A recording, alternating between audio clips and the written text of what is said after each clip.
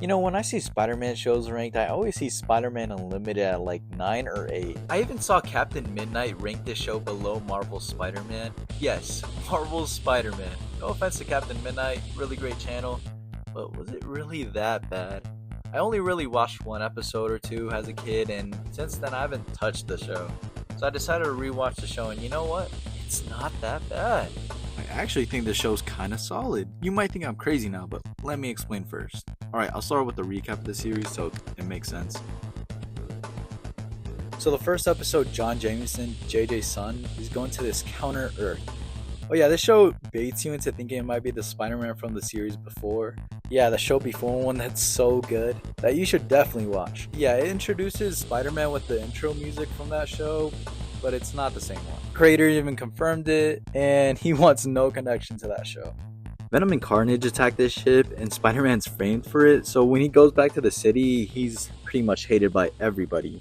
6 months pass by, and there's a new ship to rescue Jameson. Spider-Man gets a new suit by none other than Mr. Fantastic himself. Spider-Man steals the ship, though, to restore his reputation. Somewhat. But nah, he just gets trapped in this new world. This world is filled up with bestials, which are kind of like basically just animals that are people. Humans have the worst condition in this earth, by the way. He does find Jameson. The thing is, though, that Jameson isn't leaving till humans have a better life in this earth, so Peter decides to stay for a bit so he can find a way out. Peter starts to live with Dr. Nooku and her son Shane after Peter saves her son. They kind of tease something might happen with Peter and Dr. Nooku, but nothing happens. Same thing with Venom and Dr. Nooku. Again, nothing happens. The crazy part of this show is that the High Evolutionary is the big bad. Yes, the Guardians of the Galaxy villain, High Evolutionary. He has these 4 horsemen guys that are like his big bad crew. We also get to meet rebels, and they're pretty cool too. We got like this Gambit girl. I'm kidding. Actually, it turns out Gambit girl, actually named Karen O'Malley, is actually related to the High Evolutionary. It has like a big twist. You know what? I think it works. Peter gets a job at the Daily Bugle's Earth. It's named something like Daily... I don't know. This Earth also has like its counter villains, like Green Goblin, Vulture, Kraven the Hunter, and Electro. But Green Goblin and Vulture are actually vigilantes in this Earth. And also, it turns out that this Earth's Green Goblin is Shane's dad.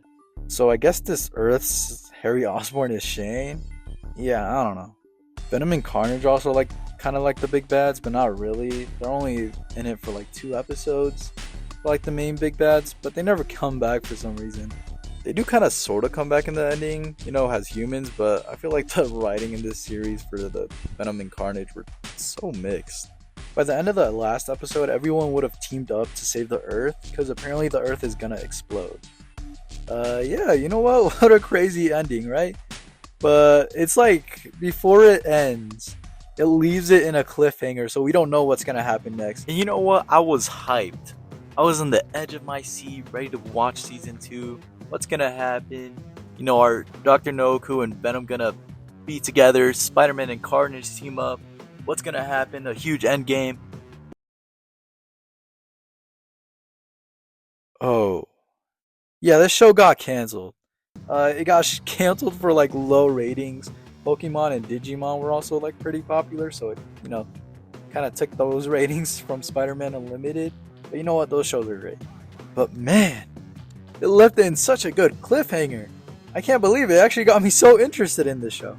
There's also a comic tie-in, but I haven't read it, so I have no clue what happens. Alright, so let's start off with the bad things about this show. The things I don't like about this show and why. So, the big negative about this show, and the main thing that brings this show down so badly, is Peter Parker's writing, and how inconsistent is it for me. So, one episode, Peter's like, you know what, I don't care about these humans in this Earth, I'm just trying to get back to my MJ. And then in the next episode, he's risking his life for this robot, Machine Man actually, crazy part. Machine Man, just for this robot. And I'm like, dang, this is the writing Peter needs. Peter's risking his life for a robot, but doesn't care about any other humans. It just doesn't make any sense. So some of the designs are kind of iffy, like Venom and Carnage. I think they're fine, but they're not like great. Green Goblins is kind of cool. Vulture's alright. I mean, Electro's an eel in this one, so I like it. It's funny. Cravens is cool, I guess. I love the animation in this show, but I mean, I guess the designs are cool. Another thing I don't like about the show is it doesn't give any love interest to Peter. Like, yeah, it teases something with him and Naoku, but nothing happens. And sure, he does have MJ back in Earth, but he has no way of communicating with her. And like, I guess she's just in Earth waiting for Peter for like, I guess, months. Cause like, I mean, Peter has already established his home, his job in this Earth. So I don't know. I have no clue what they were trying to do with that. They also teased something with Venom and Dr. Naoku, which I think could have worked so well to make Venom an anti-hero. And they kind of do something with it, like in episode 10, where Venom actually fights Carnage, but it just ends up with them like kind of mutating together. But this show had some potential, and that's one thing. You know, we don't know what could have happened. In season 2, maybe Venom would have been a good guy. But I guess we'll never know. Positives about this show? Well, let me get started with that intro. Oh my gosh, this intro is amazing. It's no spectacular or 90s, I think. Actually, I think it could be better than 90s, but man, this intro is so amazing. Hands down, one of my favorite superhero intros ever. And the second thing is that suit. Oh my gosh, this suit is so clean. This is probably my second favorite Spider-Man design ever. It looks so clean. It looks great. The colors contrast with each other so greatly. It looks amazing. The eyes. Which brings me to my second thing. Oh my gosh, the animation in this show is amazing. If you think the Spider-Man suit is just the only great thing animated here, oh gosh, you're wrong. The intro, the original Spider-Man suit looks so amazing. Those yellow eyes just bring so much to him. Even though Venom's and Carnage designs are kind of weird, they're still kind of cool though. I dig it. The whole city vibe is amazing too, that futuristic look. Even like when it's, in the poor area, I think it's greatly animated. So there's another thing I love about the show. This show has just some great animation. Whenever Peter Parker transforms into Spider-Man, it reminds me so much of Ben 10. And I love Ben 10. I just want to throw it out there. I just love that they do that. And I also love this Green Goblin's art. I like that he's a hero. It just brings something different that we haven't seen in Green Goblin, like, be a good guy yet. Aside from Ultimate Spider-Man, which I'll do a review on like in the future. But man, I just like how he's a hero in this Earth and how he's actually Shane's dad. I think that was such a unique twist to this show. And it brings so much to this show. Like, you can make villains good guys in this show. You can make good guys villains in the show, but they never do because they don't really bring other heroes aside from like Spider-Man and Nick Fury, I guess. I guess you could count Reed Richards, but he's just mentioned in the show. When Peter's written in the show good, it works so well with it. Like I said, that one robot episode where he risked his life for a robot is one of the best written episodes of the whole series. I think it is the best episode of the whole series. It's what makes Spider-Man Spider-Man. Saving people, risking his life. That's what he is.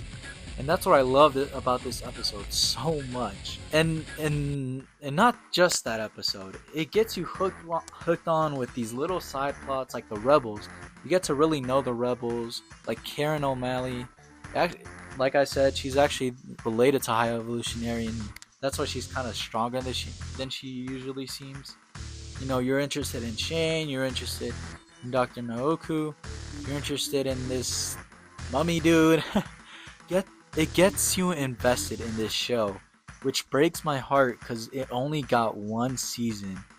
It could have been something great, and I know everybody hates this show for some reason. They consider this like one of the worst shows. If you're going into this show thinking that this is going to be like, your classic Spider-Man, being in the neighborhood, fighting Dr. Octopus and all that, yeah, you might not like it, but I think this show's creativity is amazing. You take the Spider-Man out of Earth, which we haven't really seen much, and do something unique with it. Yeah, I know this show has some outlandish ideas. It's crazy, but I think I dig it. it works so well because we get to see him in a different environment, and it still pays homage to the original Spider-Man. His life still kind of sucks. He doesn't have a love interest really. His love life is hurting because he has no MJ. He still has to pay bills. He still has to be Spider-Man, juggle life like that. He still has to think about getting back to his normal life. And it's still Spider-Man at the end of the day. Yeah, sure, he's been consistently in this show, but it still works so greatly. Rino Romano voices Spider-Man in the series, and he does an amazing job. Easily top 4 best voice actors for Spider-Man. He does so amazing, and I think he's one of the most underrated Spider-Man voice actors out there. Anyways, that's gonna be it for me. This is my first video, and I feel like it was kind of rushed. For the next one, I feel like I'm gonna do hopefully a lot more better. But yeah, that's it. God bless you guys. See you in the next one.